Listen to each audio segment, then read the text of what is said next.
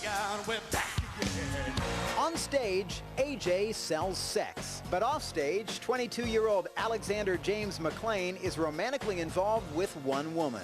Though unlike Kevin and Brian, he's not yet engaged. Amanda Latona, formerly a member of the aspiring girl group Innocence, has a track record of keeping things in the Transcon family, with a list of ex-boyfriends that includes members of both NSYNC and LFO. It is kind of weird to have to look on the TV every day and see her ex, and it's like, you know, go away. Go away? LFO maybe. NSYNC, no time soon. But there is one central figure in A.J. McLean's life who regrettably did go away.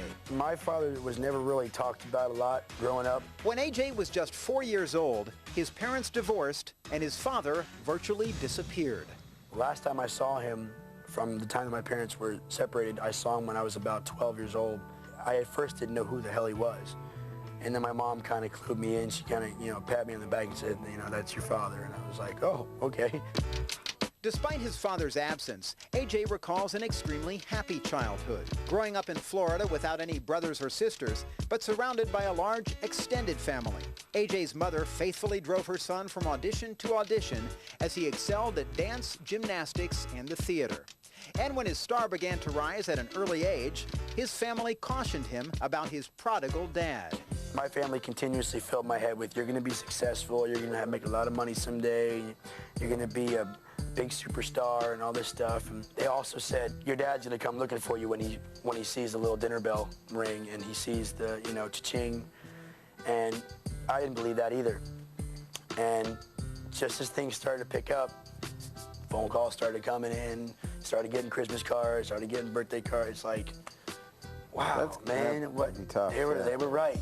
But 2 years ago, after noting that the return address on a piece of mail was only about 15 minutes away from his own home, A.J. impulsively decided to pay a visit to his estranged father. Why the hell not, you know? So I went ahead and checked it out, and sure enough, you know, there he was. Backstreet memorabilia up on the wall.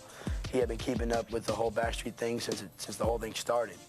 Did that feel weird, knowing that this guy was out there following what you were up to? But It was kind of awkward. He kind of expected me just to, like, jump back into it and just become your son all over again. And it's just, I couldn't do that. You know, I was raised solely by my mom and my grandparents. My mom is the most wonderful woman alive, and she, you know, had to play the role of both mom and dad for me. And whether it was me having a guy problem or me having a problem with girls, or me, I mean, she was there for everything, you know, and he wasn't. And even today, A.J. remains emotionally conflicted, if not outright cynical, about the prospects of a long-term reconciliation. What do you do? Because that is still my dad, you know? I mean, that is still my flesh and blood, and, you know, I look at someone like Kevin who doesn't have a father right now, and, you know, I do, but, you know, I'd love to fix things, but you just can't, you know?